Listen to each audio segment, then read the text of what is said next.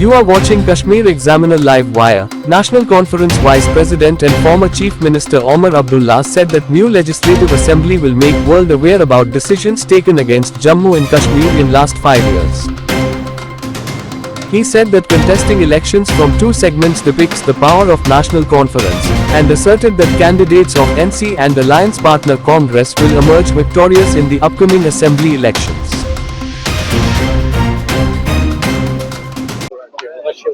मेरे साथी ये चाहते थे दिखाना कि ये इलेक्शन हम किसी कमजोर पोजीशन से नहीं लड़ रहे हैं, ताकत की पोजीशन से लड़ रहे हैं। मेरे यहाँ 2 सीटों से लड़ना ये कमजोरी का ये सबूत नहीं है, ये नेशनल कॉन्फ्रेंस की ताकत का सबूत है।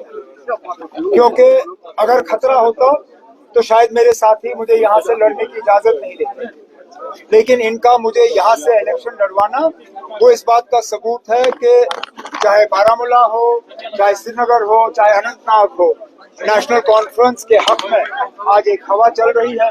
और उम्मीद करते हैं कि जब वोट गिने जाएंगे तो कामयाबी नेशनल कॉन्फ्रेंस की यहाँ पे होगी और जहाँ जहाँ हमारे अलायंस के साथी हैं वो कामयाब होंगे।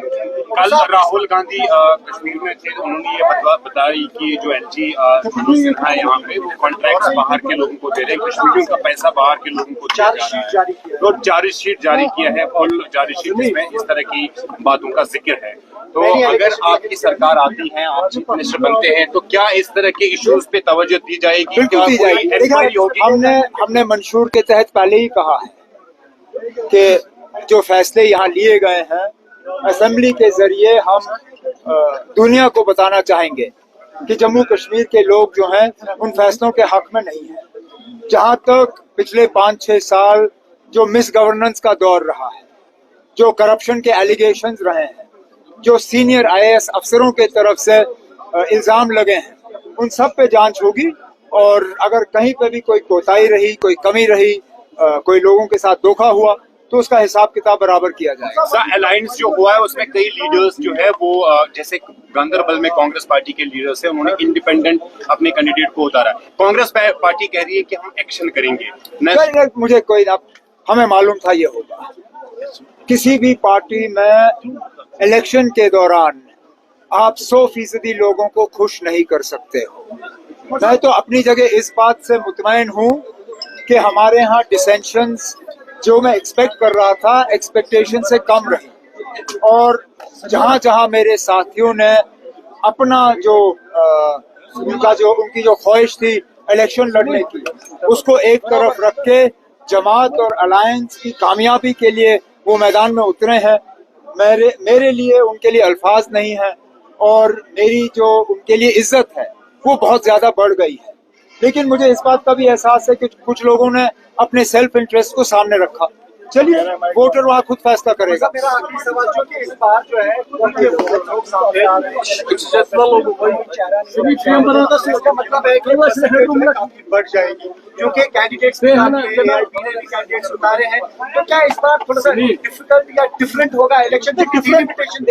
डिफरेंट तो होगा ही।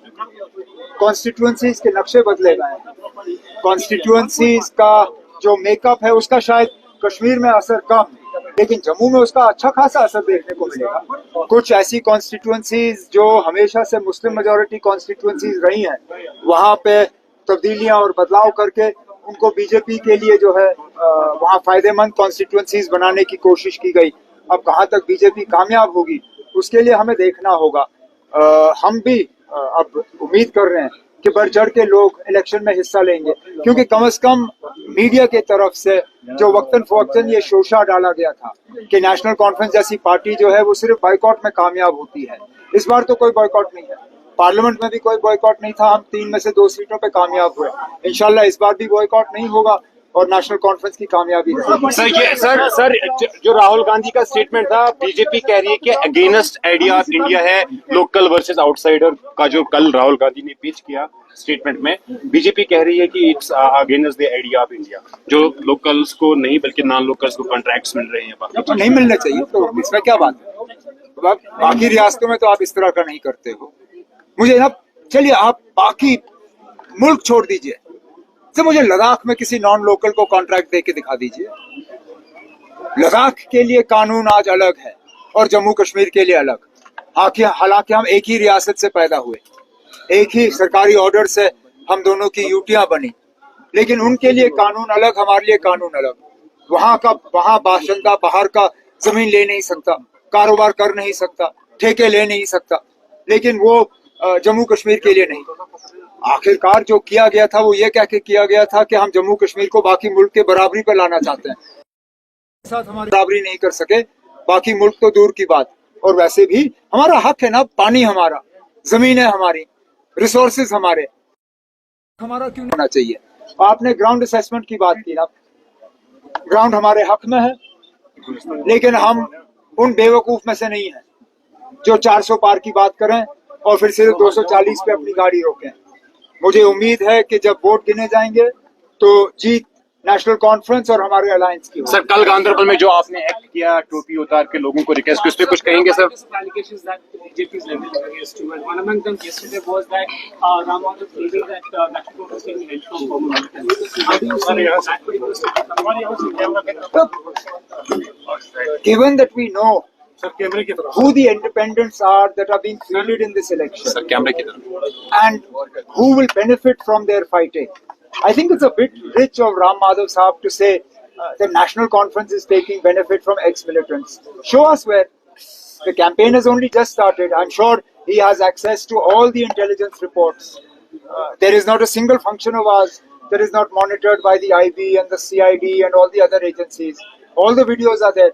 Please show us where we're taking advantage of militants and surrendered militants. I was under the impression that as a result of what Delhi did, that these people were rendered neutral, that they had no more say. Clearly, Ram Madhav is suggesting that these people actually hold power over what voters will decide, which then would suggest that everything they have done after 5th August 2019 has been for nothing.